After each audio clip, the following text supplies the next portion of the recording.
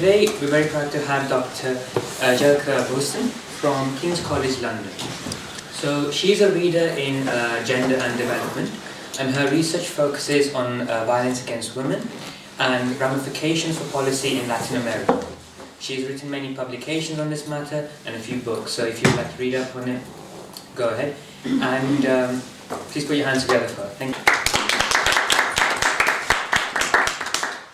Thank you very much for having me and for inviting me and for coming, all of you, in this, on this rainy evening. So I work on gendered violence in Latin America. Now, for today, I want to try something out. It's slightly different. It's not a lecture. I didn't want to do. You sit in class with a PowerPoint and all the slides, etc., etc. So I've chosen to do something slightly different. So the paper that I would like to discuss with you is an essay that I was asked to write for a volume which was initially published in Latin America in Spanish on indigenous women and climate change. Yeah? And the book will come out in English soon, so I thought, well, actually, I don't really know. I haven't had any feedback on this paper from a British audience, so I thought, well, I'm going to try that essay out on you.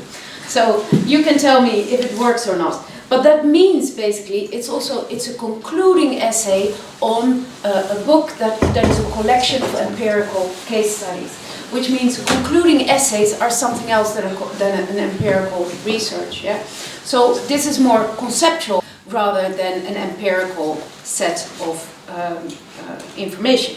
Yeah? It's a little bit political. It's also a little bit of a pamphlet and a manifesto on which I'd be happy to have your opinion and your questions and your comments. Yeah?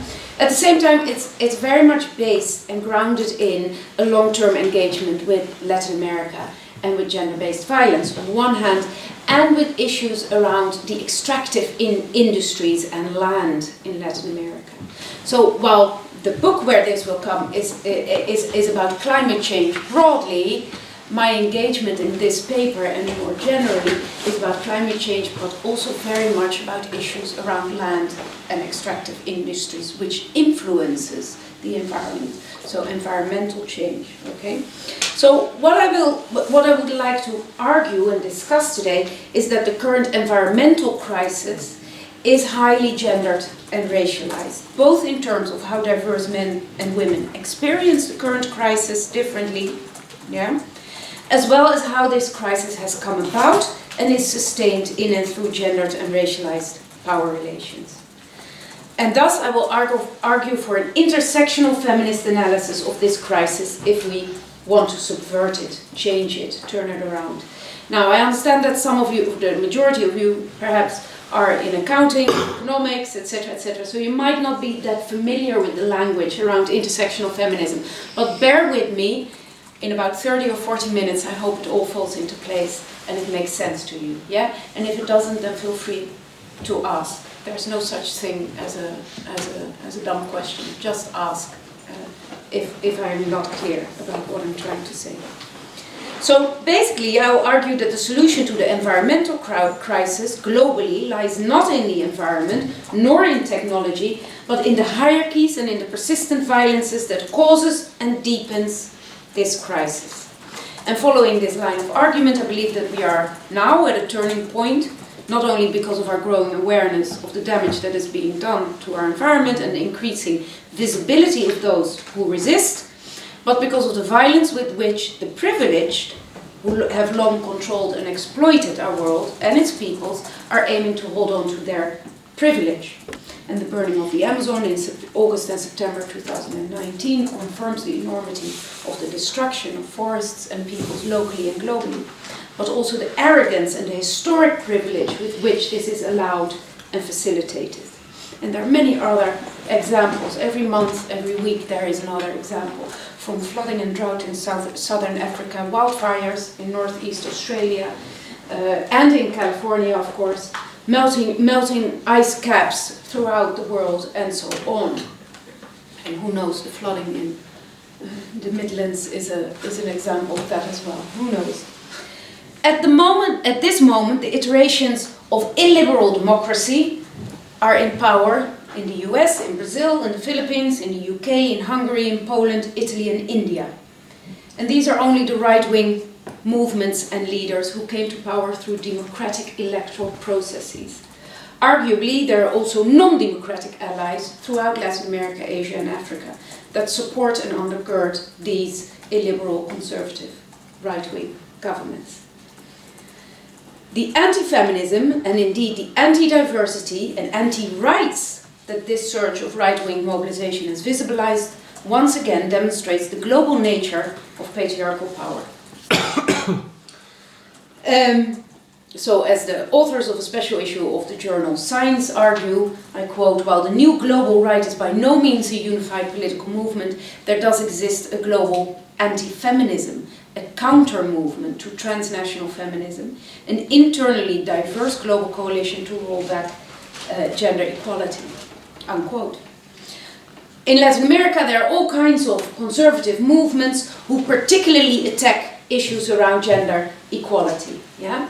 Around education, around abortion, and other issues. And this movement relies very much on antiquated ideas of gender relations, aiming to roll back all the feminist gains that were made in relation to gender equality in the last century, really.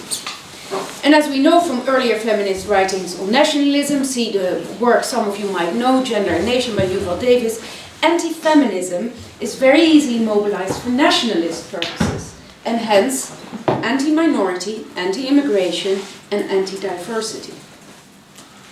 So the question then is, how does this anti-equality and anti-diversity perspective link to the destructive anti-environment perspectives? How does all this countering, this being against the currents of the time, and I think that the actual currents of the time are increased equality and diversity, increased reliance on well-informed reason as opposed to rejection of science and expertise. You know? Increased global societies, globalization, mobility, migration, and so on. So these are the currents of our time of diversity and inclusion. How does that countering translate into a mass movement that has the power to elect leaders, as in the US? As in Brazil, we just had a military coup in Bolivia, which is the same current of anti-diversity, anti-feminist, anti-indigenous, anti-environmental, fascist movement, really. What is the promise that makes this possible, is then the question. Now the promise is, I will argue, the return of colonial authority lost, control over nature and peoples, as forged by triumphant colonial armies, traders, and settlers. This authority, of course, was male, masculine, and macho, and it subdued plains, forests, seas, rivers, deserts, mountains, brown people, and women to build an exclusive modernity that proved addictive to many around the world. As the Indian ecofeminist Vandana Shiva has argued, I quote, nature has been defined as a woman, and both nature and women were then defined into objectification and therefore into objects of violence. Ecofeminism then, I've long resisted the idea of ecofeminism because it is not defined by women's proximity to nature, which is very often assumed, because women are more proximate to nature, hence that makes ecofeminism a thing. Well, no, that's not the point. The point is men's insistence on objectifying and controlling both. So the rise of ultra-right-wing politics as part of mainstream electoral politics shows the level of complicity of the general population in supporting a violent and destructive form of privilege against a more equal and diverse world, against the thriving of others, including the planet. Capitalism gave comfort and goods many aspire to or do not want to lose. Of course, today's illiberal leaders, Bolsonaro, Trump, and Duterte are perhaps the most explicit examples. They can be, throughout the world, not these ones, but illiberal leaders can be and are women and people of color who are protecting the power and control that they have gained throughout this process. But the discourses of these leaders, however many differences among them, are all anti-feminist, anti-equality, anti-diversity, nationalist, and anti-environmental protection. So I want to briefly focus on the work that gendered violence does in normalizing inequality across genders and sexualities, races and classes. Considering the levels of violence against women throughout the world, this is not a luxury, okay? Authoritative epidemiological research has shown for years that at least 1 in 3 women globally experience intimate partner in their lifetime. Intimate partner violence, yeah, in their homes. Intimate partner violence, or often referred to as domestic violence, is the most prevalent form of gender-based violence. Yeah? But other forms of widespread gender-specific violence include trafficking, forced prostitution, female genital mutilation, child sexual abuse, sex-selective abortion, infanticide, sexual harassment and rape by non-partners or combatants in conflict. Increasingly specific gendered violence targets human rights defenders, be that the impeachment of Dilma Rousseff and the murder of elected activists, such as Marielle Franco in Brazil, less visible harassment and murder of activists in Honduras, Colombia and Peru. Yeah? Human rights defenders, those who defend the human rights of others, but also the rights of the land that they work, are being actively targeted by military and paramilitary. This gendered violence against human rights activists and elected officials is of course political, just as the everyday violence in homes and institutions is. Thus, violence against women and girls because of their gender is widespread and needs to be addressed. However, this can only be done if we understand that that violence is itself constitutive of gender, i.e. it produces gender, and that gender is arguably producing violence. So gender analysis then, and I realize that you're not gender studies students, but gender analysis refers to much more than differentiating between men and women, yeah? Or between genders more broadly even. Rather, as an analytical perspective, it refers to the understanding that our social world is made of unequal power relations that are constantly contested and reaffirmed through political, economic and social processes.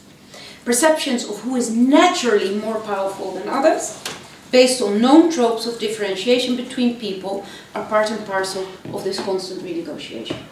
And so understanding of natural gender binaries, between men and women, or around sexuality, are often skewed by understanding of natural hierarchies based on race, ethnicity, class, and sexuality. This is what black feminists such as Bell Hooks denounced and Kimberly Crenshaw called intersectionality. Yeah? So I strongly believe that all violence, particularly gender-based violence, contributes to this naturalization of hierarchies and inequalities based on gender and race, as well as class, ethnicity, and sexuality. These are very much intertwined, or rather they intersect. And gender-based violence is then a message about who is boss over whom. And the persistence of such violence makes it seem normal, and the hierarchy natural, as natural power over.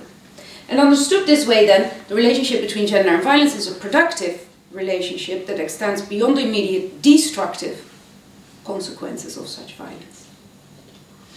And so, in what follows, I will argue that gender is not only everywhere, but it is actually constitutive of violence and vice versa. And I show that gender and violence play a central role in establishing and maintaining inequalities between people, in addition that it has a detrimental effect on the destruction of the planet. So the idea that violence is at once ubiquitous and widely understood, as well as vague and is vague and contested. Yeah, there's a lot of discussion in violence studies about what violence, what it is. Is it, for example, is violence only the immediate physical violence, tangible violence, or should we talk about structural violence? Has anybody heard of that term, structural violence? The idea that the structures that discriminate, that privilege some over others, that those structures in itself create violence and violent outcomes. For example, differentiated infant mortality rates or differentiated life expectancy between people. Yeah? So does focusing on structural violence not open the door to such a broad definition of violence that it becomes meaningless? Does that not limit our analytical capacity and hence our understanding of the particular phenomenon. When we focus on the gendered and racial dynamics of violence, we clearly see that understanding physical violence in relation to other forms of violence, structural, symbolic, normative, actually expands our analytical capacity and hence helps us understand how the world works and how destruction and violence works. So processes of normalization render some violences invisible or unintelligible, invisible. They're not there, as if it's not violent. And Judith Butler argues that normative violence, understood as the violence of the norm, of what we find normal, is what makes and constrains people into socially acceptable boxes, which makes us what we can be, what we dare to be. So, the perception of a male-female gender binary, we can only be male or female, dictates our lives as men and women within certain context-specific, historical, cultural, depending where you grow up, and so on, normative binaries of what we can be. And feminist work related to violence against women, first in research and activism and then in policy and law, shows that it is this naturalized gender binary of female and male human beings, framed in relatively rigid roles and patterns of behavior, that facilitates male violence over women. In many societies, men and boys are then expected to be violent. They're expected, sometimes even predatory, while women are expected to be passive and weak. And this is exactly the message that is currently conveyed by illiberal regimes around the world. The likes of Trump, Duterte, and Bolsonaro espouse a masculinity that is sexualized and that affirms masculine dominance. And they create an image of this is the only masculinity that is worthwhile. They have made misogyny central to their political discourse. And scarily, it works. They're being elected. Did you want to ask a question? I have one question. Yes. So you mentioned the term anti-feminism quite often. Would you then define it as an extreme form of masculinism or just a rejection of a strand of feminism? Those are related. No, not a strand of feminism. Against feminism. Exactly, a rejection. A rejection of feminism. The entire modern concept of it? Or? Yes. Okay. Yes. All right. So against the idea of feminist activism and against the project of gender equality. Okay. So if we see feminism as a project towards more equality, then I think that these illiberal leaders are very explicitly against the project of gender equality. Yeah? Sometimes in these cases religion is invoked. I don't know if some of you have been following the Bolivian military coup this weekend, but there was this surge of fascist movement coming out of the woodwork, literally, and combining Christianity with whiteness, a very colonial position to have, and a rejection of diversity, of women, indigenous peoples, and all the rest of it. Yeah, but very much. That was the point I was making here, that religion is invoked. However, religion is not its core. It is not about religion itself. Religion becomes a tool that is invoked to make an argument. Yeah? Same Trump. Trump is not a religious man, but he invokes religion to get certain voters in and to sustain his otherwise anti-diversity and anti-feminist argument. So a pushback against progressive aims in terms of equality and diversity, that's the aim of all of this. Now, violence against women has largely been normalized throughout history and in cultural contexts, to different degrees and depending on who is the perpetrator and if violence is perceived as political or indeed domestic. But still often normalized because of men's natural propensity to violence and domination. So, persistent and widespread violence perpetrated by men seems then to confirm that men are indeed naturally violent. And because this is natural and widespread and serves a particular gender order that is economic, division of productive and reproductive labor, and political, who has decision power and who doesn't, as well as social, it becomes normal that men are violent and women are weak, within the acceptable boundaries of the social order. And it is this normalization and naturalization that maintains and reproduces both the persistence of gendered violence and of intersecting inequalities. Now, one of the things that the current global upheaval around sexual harassment teaches us is the extent to which entire society has been implicated. And I'm sure you're all familiar, and I've seen around in the university today that there are all kinds of campaigns going on around sexual boundaries, sexual harassment, and so on. You know? And I think that the way that entire society actually has known all this for all this time, but actually found it normal because of this natural boundary, well, that's the way men are, aren't they? That has facilitated and maintained and reproduced this level of harassment. Most violence against women was long perceived as within acceptable boundaries of what violence means and is. Yeah? And the everydayness of this violence does not only naturalize the gender binary of male and female behavior, but also the underlying racial hierarchies and, of course, heteronormativity. Yeah? And it was in this case online activism the last couple of years and not conventional activism or legal procedures, although these have been, of course, other types of activism have been widespread over the last 50 years ago, but it has been the online activism which has allowed for public visibility of these problems and of mass consciousness raising and a shift in how we see this violence. Yeah? And suddenly gendered and sexual abuse and harassment was recognized for what it really was and is, violence. Yeah? And it wasn't violence 5 years ago. So it was according to law, but it wasn't perceived as such by wider society. So this indicates how our concepts, how our perceptions of violence shift with the times and with our own with societal developments, and hence how we can influence it as well, you know, and how we can play a role in changing this. So one of the most important contributions in feminist analysis to the study of violence is to draw into the public what was long understood as private. Yeah? And hence what largely was acceptable. And the idea that the personal is political, a famous feminist slogan throughout the ages, the personal is political, that's the way the second feminist wave went on the streets. The personal is political, and that the private and the public spheres are highly gendered constructions that disadvantage women and privilege men. And that has exposed the levels of control that men have over women and some other men. You know? The patriarchal system has a level of hierarchies. It's not about all men over all women. There's racialized, sexualized hierarchies within that. So the recognition of the persistent enormity of gender violence globally and of such structures as facilitators has firmly and inescapably brought this onto the political agenda, despite the current conservative attempts to put all this back into the box.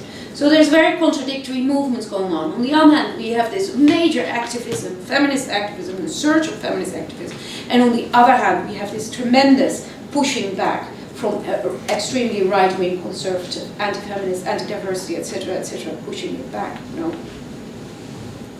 And the recognition of gender violence as political, which I think by now we all have to agree on, has also shifted debate about the nature of political violence. Because if gender violence is political violence then not also gendered?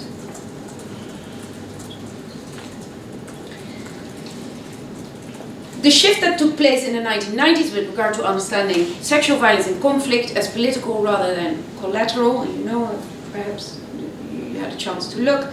I did a lot of work on sexual violence in conflict, but that is only since the 1990s. Before that, sexual violence was seen as just, you know, that's what military men do and that's what wars produce. And now it's seen as political and strategic. And it became clear then that violence is not just opportunistic and certainly not necessarily biologically determined behavior of men, but that such violence had political meaning on both the affected and the perpetrator communities. Whereas victimized communities suffer symbolic and physical subordination through the sexual abuse of women and girls, perpetrator groups create complicity, loyalty, masculinity, and internal hierarchy.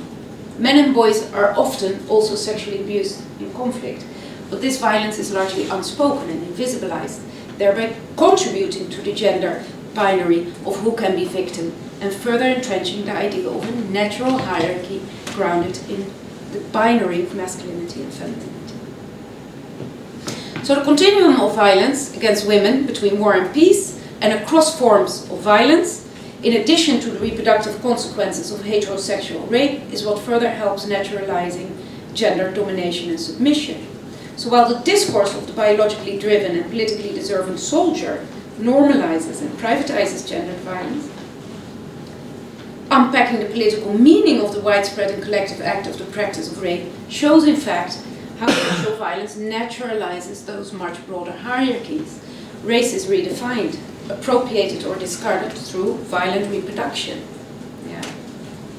Ethnic identity is fragmented and weakened through the appropriation of enemy women. We've seen that there's a lot of research on former Yugoslavia and on Rwanda, for example, and a lot of other case studies as well. Women are also purposefully domesticated through forced motherhood of children that they don't want. Abortion debates. Yeah.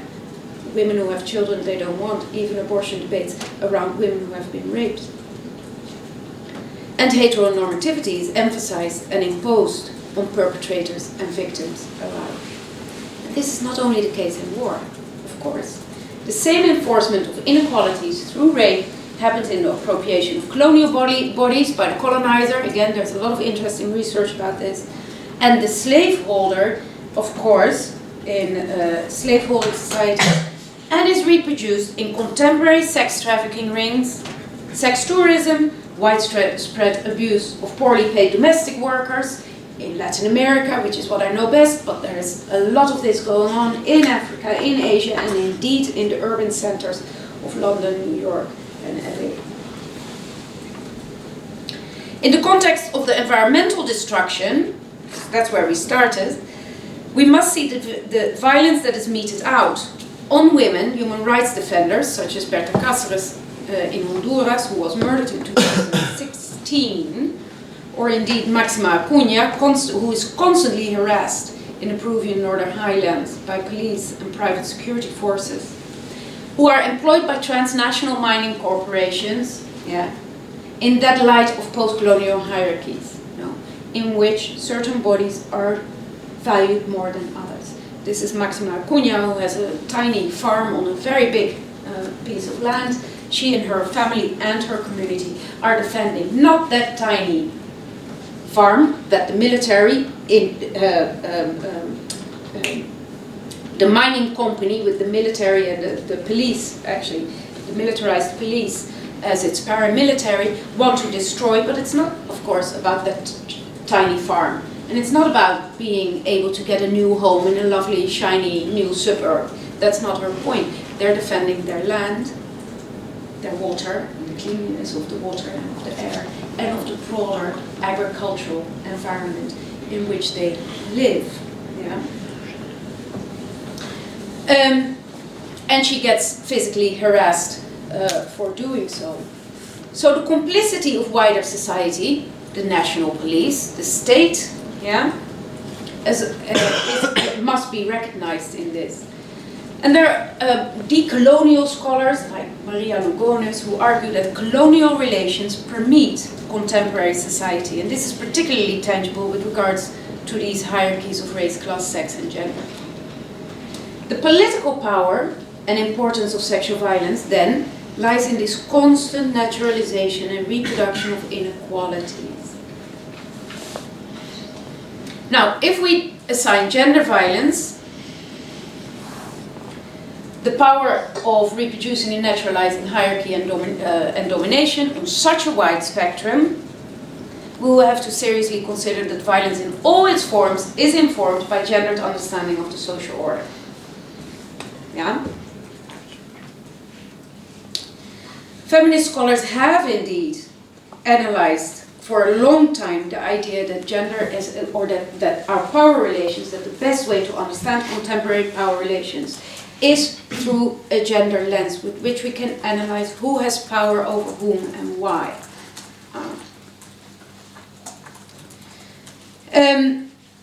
So while many feminist scholars have analyzed constitutive interconnectedness of gender and violence for several decades now, but up till today most scholars of political violence see gender analysis and feminist scholarships as largely marginal to their work. I don't know how many of you have taken modules, but feminism is not always part of such courses. And in addition, many leftist politicians who consider feminist concerns at the margins of the contemporary global political crisis that we find ourselves in. And hence they're not able to provide viable political alternatives. And that's what I'm going to argue at the end in the conclusion, that actually maybe we need a bit more feminism in our political discussions. What seems to be forgotten in everyday political speech is that perpetrators of violence are in the great majority men. And this is relevant. Nobody wants to say it, but it's relevant. Scholarly debate around conflict-related violence tend to revolve around the nature of political and economic organization of perpetrators. Is it the state? Are they rebels? Who funds them? Are they terrorists? Are they criminals? Who are the bosses of extractive industries? Which company? What nationality? And these are, of course, very essential questions and debates to be having in analyzing and understanding violence and destruction. However, the starting point should surely be the one common denominator of the vast majority of perpetrators of violence and destruction around the world, and across political and economic motivations. They're all male. And there's an interesting book from 2012, which is called Sex and World Peace, which statistically confirms the direct relation between gender inequality in different countries and violence at national level and the incidence of conflict and war. So violence against and discrimination of women at the domestic level is related to high levels of male violence in broader society. This, again, to emphasize, does not confirm the idea that the violence of men is natural, or biologically driven. If that was the case, then the problem would be much bigger still, wouldn't it? It confirms, however, that the organization of society and the economy and the politics that we're living in are all gendered, and that in its current form, this facilitates violence and physical destruction. And the violent behavior of men in a patriarchal society and the relation of this violence to the structures of power in any given society needs to be much more debated and researched if it's to be addressed. The way violence and destruction is talked about is highly political in any context and essential in addressing violence. Violence is sticky, as is prejudice and inequality. So changing the narrative of violence is essential to creating more inclusive societies. How history is narrated, who and what is remembered and what for, how commemoration takes place and what broad narratives of violence are prioritized is central to the transitions to democratic relations after violence, as well as in restating the fault lines of inequality and dominance, which Gabrielle Lins has extensively written about in the context of Kenya. It provides the building blocks for who is included in the polity, as she very beautifully shows. Narratives of past violence also tend to reconfirm the legitimacy of the state's monopoly of violence. That's one of the purposes of such violence.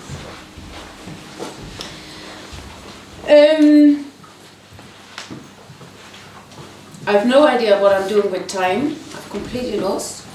You've got 10 minutes. 10 minutes? Okay, great. Okay. So, resisting violence with non-violent means is necessary and possible by changing the narrative, by making public what was seen as private. We've seen that in the Me Too movement. Making public matters. And resisting this normalization of everyday violence. Everyday violence is often juxtaposed by the idea of spectacular violence, you know? While in terms of statistics, often more harm is done in the everyday than in the spectacular. I mean, there's some wonderful research on Afghanistan, you know, where we all have seen over the last decade the spectacular violence, and we saw it on our screens. And then the statistic shows that actually the majority of the harm that is done, including actual number of casualties, were still happening at home in the private sphere. Yeah. Everyday violence is very often much more damaging and murderous than the spectacular violence that we see. Spectacular violence then refers to the highly visible violence that a significant proportion of the population wants to witness. That's what the word spectacular holds. Many who witness do so out of a desire to take note and to condemn. Witnessing is also a way of visibilizing certain violences, no? Or even to resist, not to repeat or affirm. But spectacular violence also suggests that something is exciting to watch. And a lot of perpetrators have used that to their advantage in the way certain violences have been used over the last 10 years or so. Gendered violence, of course, is widely watched and enjoyed in crime shows and books, consumed in the global media.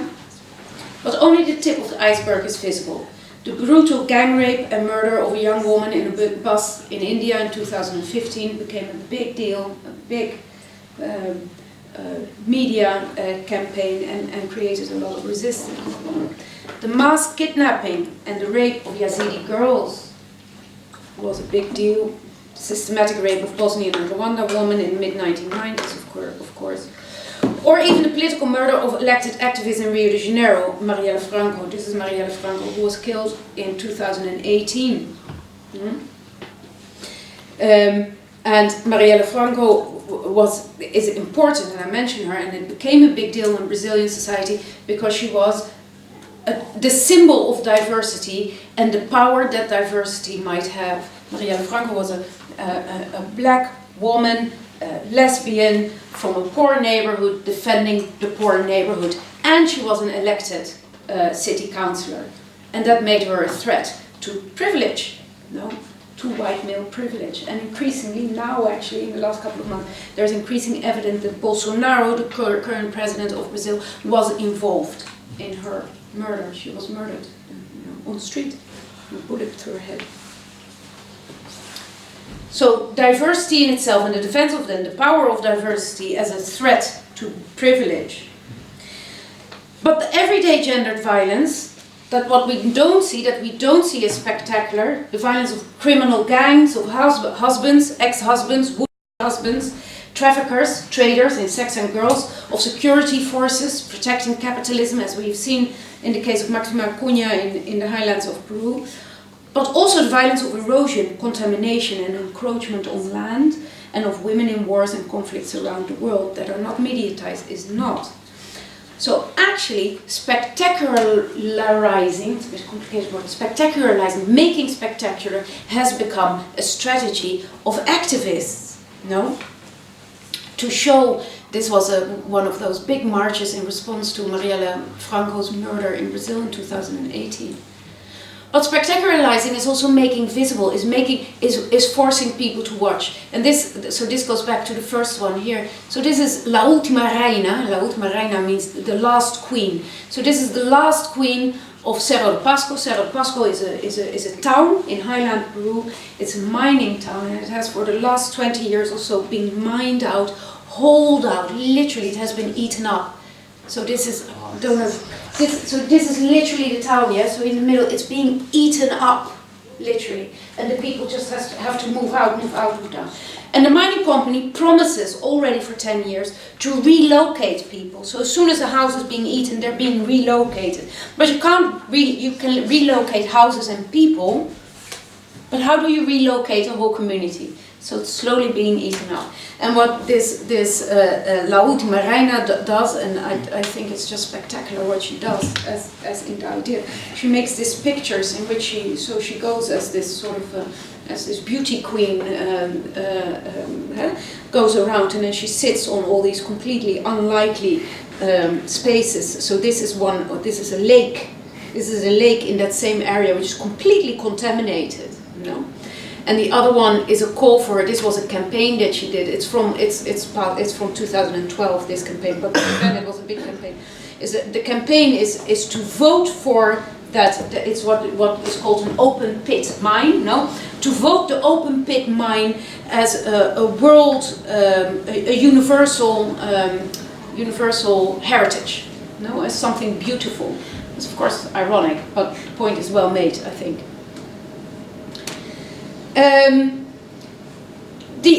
The other thing where activists are trying to use the idea of the spectacular in order to gain visibility in activism is in the Ni Una Menos movement, the movement against gendered violence in Latin America, which is a movement that emerged between 2015 and 2016, where different Latin American feminist groups mobilize around particular case studies. How do you mobilize around particular case studies? By making it a spectacle, by publicizing it. Now, nobody who gets beaten up or dragged through a hotel lobby would like to see that again and again on a screen, on the television, on national television. However, if the purpose of doing that means that you get hundreds of thousands of people mobilized to go on the streets, then you do that. And that is what happened, is that some women who had been terribly abused, no justice, no accountability, and in order to gain attention and to mobilize women, they made a campaign around their own abuse. And this is a Peruvian case that was videoed by the security camera in the hotel where she's being dragged by a boyfriend. And the guy was, the main scandal, apart from the violence itself, was that the guy is naked, which is why it's blurred out, very weird. So he drags her while he's naked over the hotel floor, and then he's captured. She immediately goes to the police. He's captured by the police, and then he's released the next day because it was a domestic dispute, wasn't it? No. And he didn't get a sentence. And then it appeared that the judge in question was actually a friend of the father of the young man, and the young man had contacts, and etc., etc. All these kind of small corruption issues slip in. Okay. So, let me see. So, the point that I'm trying to make about this is that the normal and the everyday is then being spectacularized strategically in order to draw attention.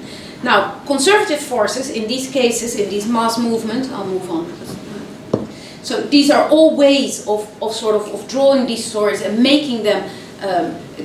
Some of them look terrible and not very pleasant to look at, but they're drawing attention because otherwise you're spectacularizing the everyday.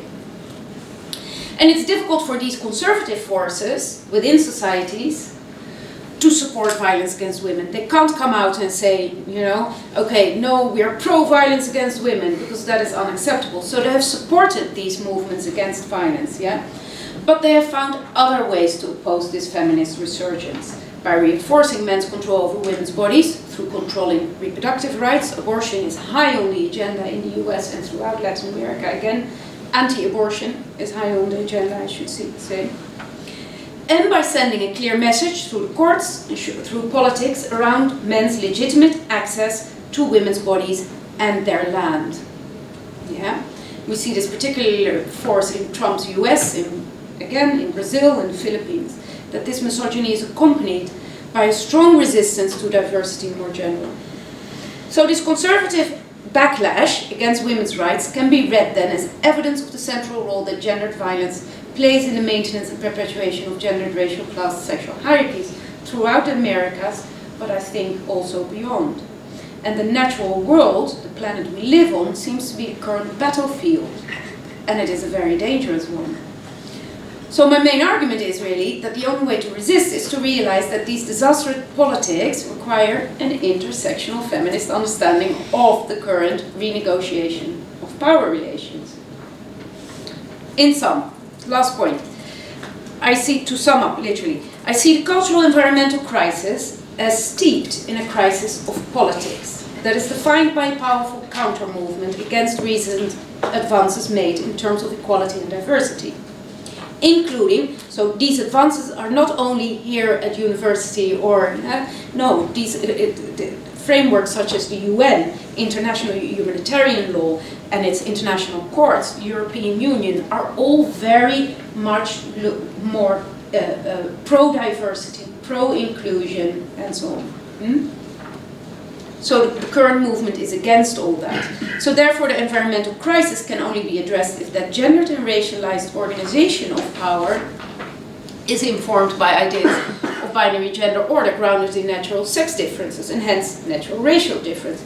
If that binary is being unsettled, subverted and transformed.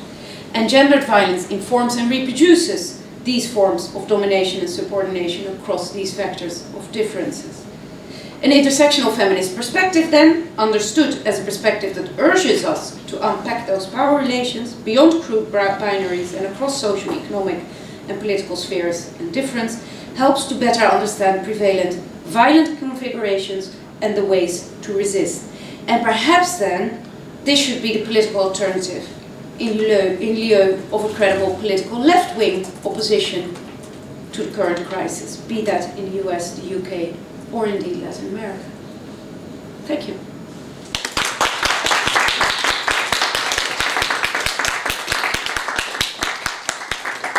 So we'll open up 2 questions from the audience. Yes, please. Yes. I have a sort of chicken and the egg question. Okay. So, in terms of anti-feminism, Yes. illiberal governments, as I think you called them. Yes. Would you say that they are existing as a symptom of public opinion, like they're meeting a need? Or do you think that they are the proposers and the provokers of this kind of thought? I literally think that is a chicken and egg, in the sense that I think that no government comes out of nothing. Yeah, it's a product of society. But at the same time, leaders can, that's why we call them leaders, they can stir up, they can manipulate, they can push certain debates. So I think it's very much in tandem with each other. I also think, and can't talk about anything in 40 or everything in 40 minutes, but the current sort of the technology has changed the political debate very rapidly, and that's part of the reason why we are where we are, of course. The social media and how it works is in between this dynamic between leaders on the one hand and population on the other hand. So I guess that to a certain extent my question is, so you have these illiberal regimes, these horrible people who just seem obviously horrible, someone like Trump or Bolsonaro, because they're so fascist, so violent, so anti-everything, but they have a broad electorate. No? There's a lot of people who actually buy into that. And I think we need to ask why? What is it? What is it that these people, what is the promise of Bolsonaro? The promise is then a reinstatement of this privilege. Of the privilege to dominate others. Of the privilege to dig out coal. Of the privilege to beat my wife. Of the privilege of dominating or of resisting LGBT communities and people of color and all the rest of it, diversity in general. So I think it's very much about a feeling of the loss of privilege that a particular group in society has had for a very long time and is indeed losing. No, which is, but a lot of people see that as a good thing, as something that creates more inclusion, and I think that is where the tension lies. So I think that leaders and population are very much one thing. So stemming from that argument, would you say that the fact that Trump has won the US elections reflects on the ideologies of the people that voted for him, as in these are people that equally oppress? Yes, absolutely. Absolutely. I think that we know that a lot of white women, for example, voted for Trump. And I think that a great part of the reason for that is a defense of heterosexuality and whiteness. Yes? To be honest, I think that the fact that Trump won the election was actually an action from women hating on other women. I know a lot of people that were on social media talking about not voting for Trump just because they didn't want to vote for a woman. So I think that comes from a place of hate, deep hatred towards women. And on that note, I would want to ask you a question. Do you think that the fact that Trump is the president of the United States has a big or not that big of an influence on the children raising up right now in America and their opinion on women? Okay. So to start with your first point, yeah. So I don't think that the women's voting for Trump was only against Clinton, although I agree with you that there was also a resistance to having a woman president, and I think that that is very much related to what I'm trying to argue, is the idea that we don't want diversity and inclusion. We don't want black people, we don't want gay people, we don't want women presidents. It's all dangerous because it unsettles the order in the States. Yeah? And women, just as men, have those feelings, of course. No? And is what Denise Candiotti used to call bargaining with patriarchy. You know, you bargain with what you have and you defend what you have. You know. Children, yes, of course, but it's. I think that the children in the UK who grow up with 3 years of Brexit nonsense, and in the US and elsewhere where these liberal regimes are in power and where society is fragmented, isn't it? It's terribly polarized.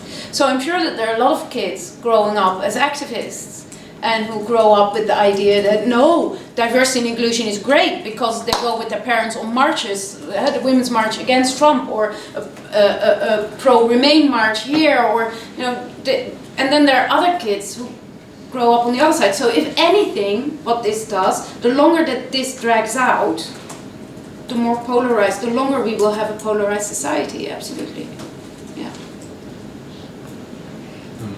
Yeah. So you mentioned very early on in your talk that you don't see technology as being the solution to environmental issues. Yeah.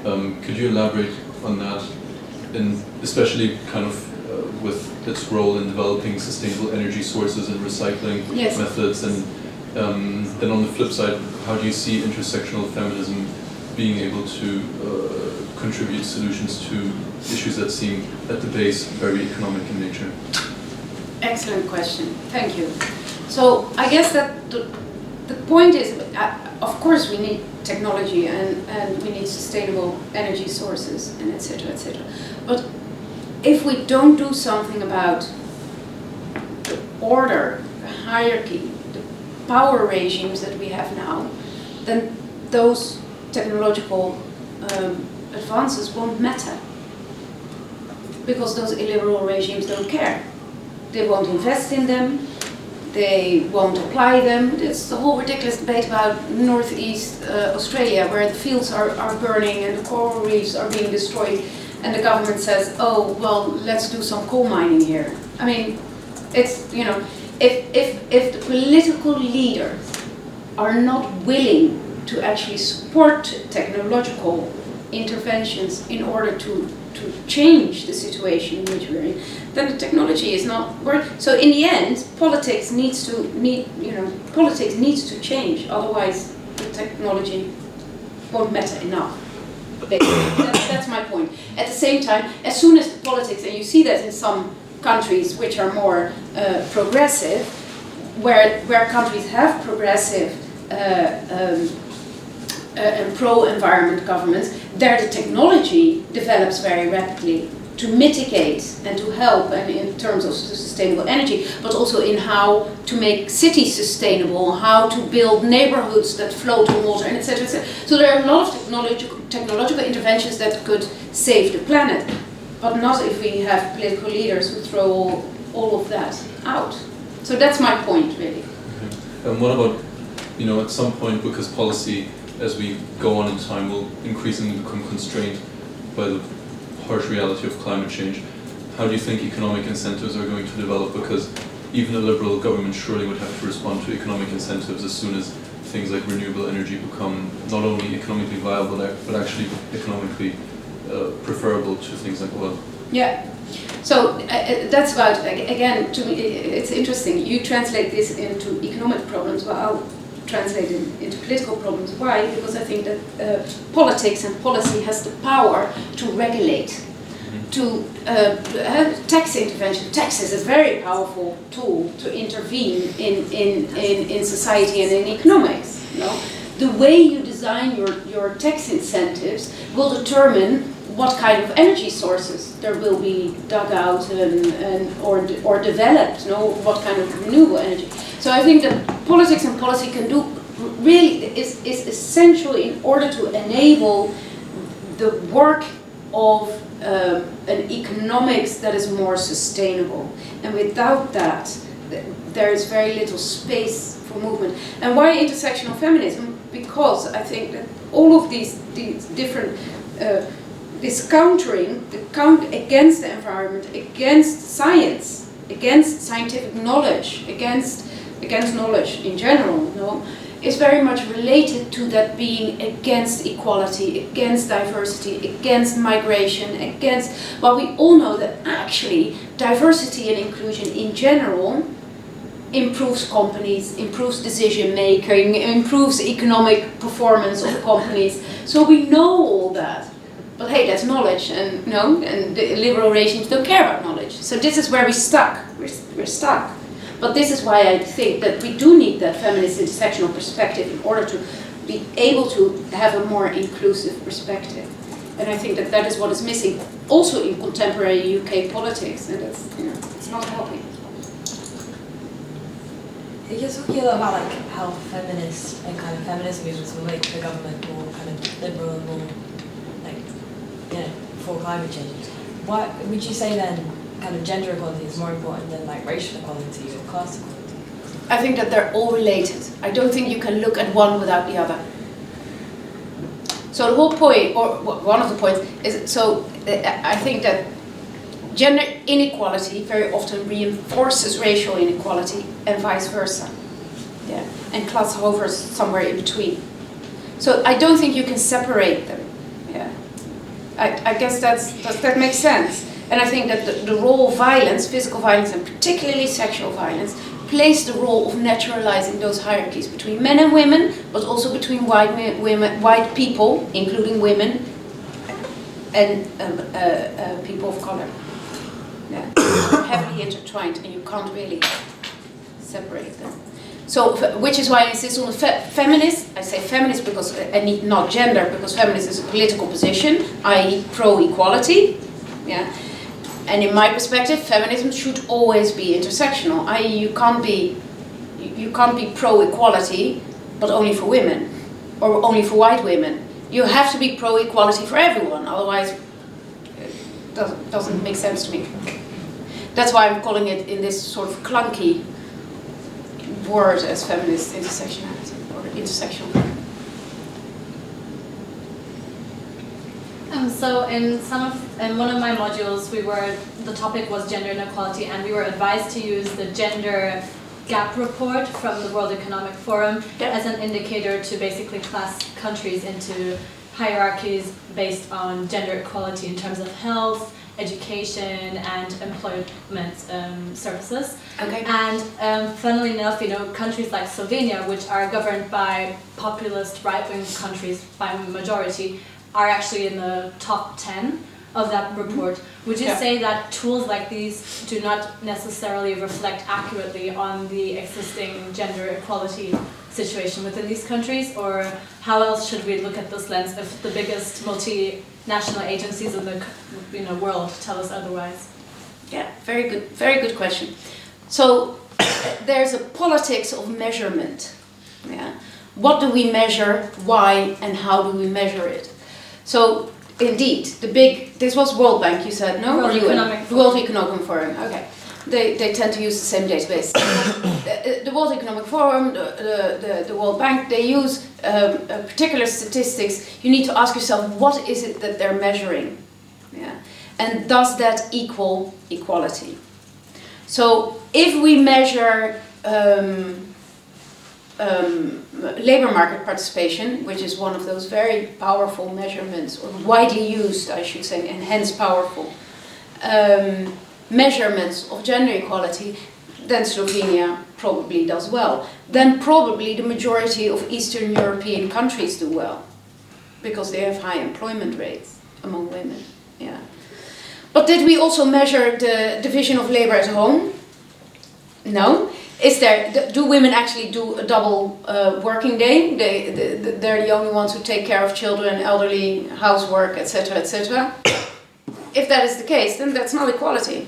No. So you need to, with all those statistics, they're useful, but you have to look at them because that's how a lot of policy is being made. So yes, but I would say always think about what is it that is being measured, why, and how. Where do the statistics come from?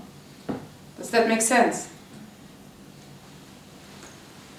Thank you so much for your presentation. I really liked that you used Maria Lugones' work, who I really like and find really compelling. But what I just noticed is that bottom photograph in the middle Yes. is kind of closer to whiteness than it is to darkness phenotypically. And Lugones talks about the brutalization of persons who are closer to darker skin. Yes. And so I wonder, are people that have darker skin removed from the picture in the sense that they have no agency? Yeah. Okay.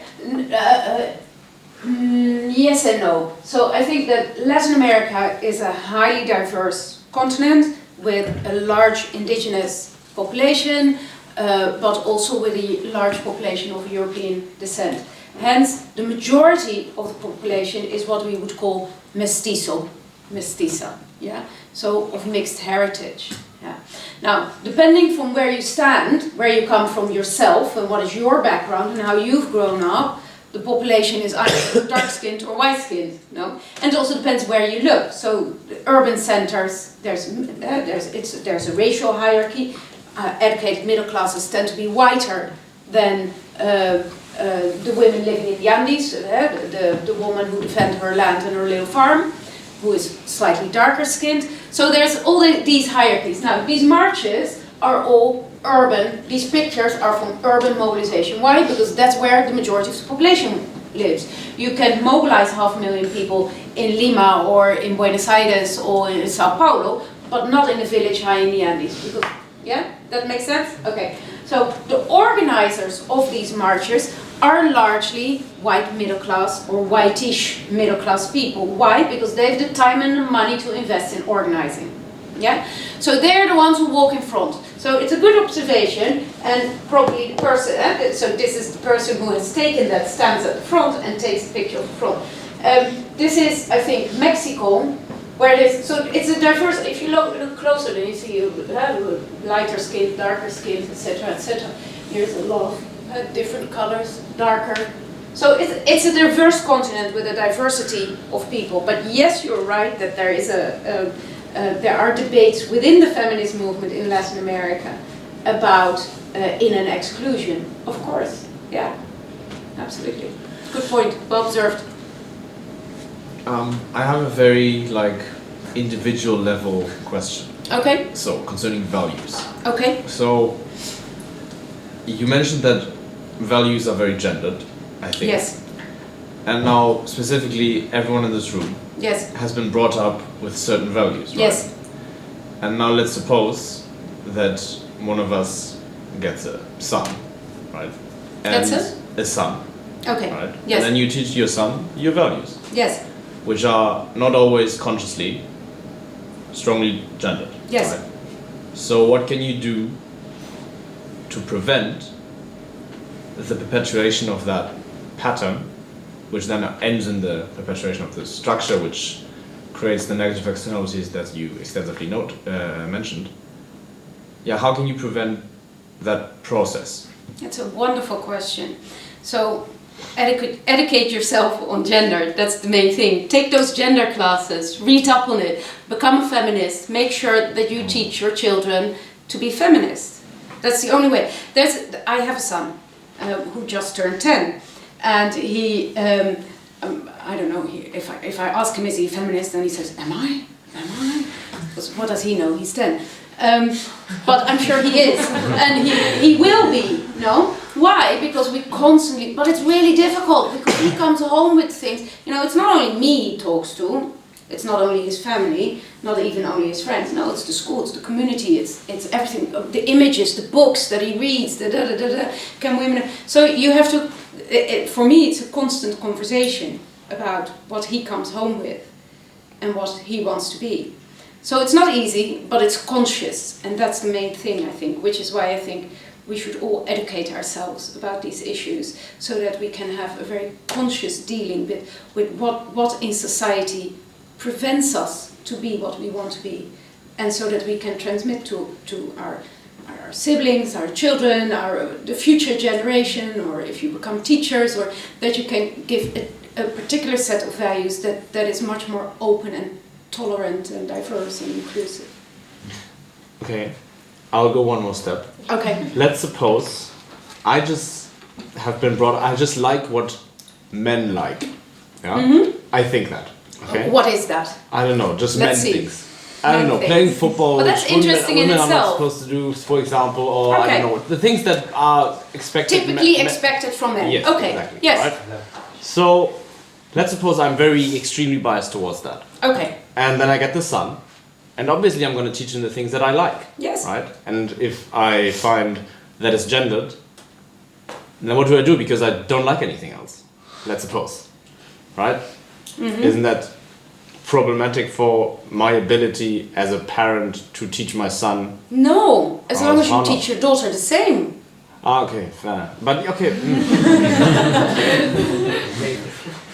If that weren't the case, that would be problematic. But if you just transmit your values and this thing in your interests to your children, without distinguishing between if they're boys or girls, then I don't see. Of course you do.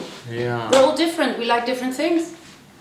So my husband tried to give him a love of football. My son, it's not working. He's just not into it.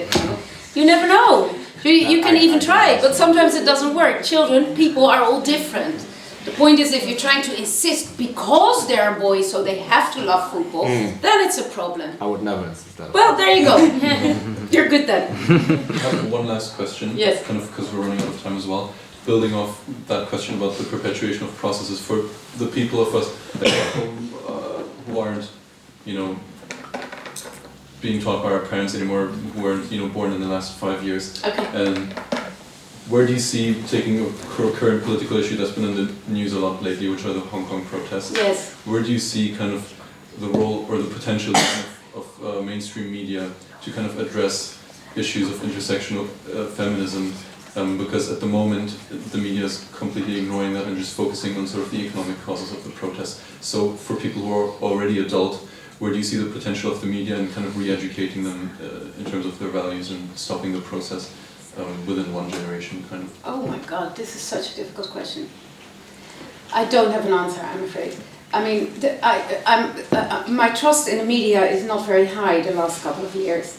I think the media should have a tremendously important role in our democratic politics, but we haven't seen it. We haven't seen it in Britain. I've lived here for the last, I don't know how long, so I don't know about mainland European media. I know that some countries are much better than Britain is. Britain has been awful the last couple of years. The media has been awful.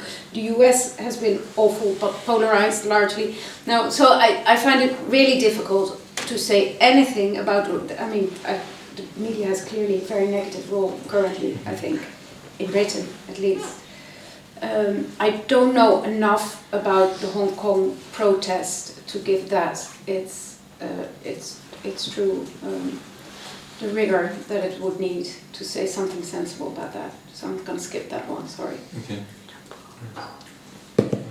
Thank you everyone for coming, and let's give one more round of applause.